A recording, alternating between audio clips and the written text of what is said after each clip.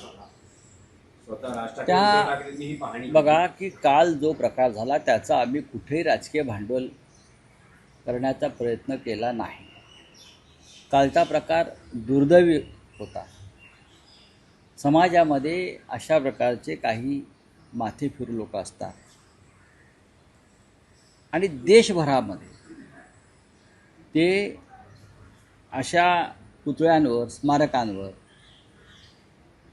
त्या संदर्भात चुकीची कामं करत असतात. शिवसैनिकांनी काल माँसाहेबांच्या पुतळ्याचं शुद्धीकरण केलं, तो पुतळा स्वच्छ केला. आणि मला असं वाटतं की पोलिसांनी त्या संदर्भात तपास करून एका व्यक्तीला अटक केलेली. हे असे माथेफिरू समाजामध्ये असतात. ते कोणताही राग कुठेही काढतात. मग कधी डॉक्टर बाबासाहेब आंबेडकर असतात, कधी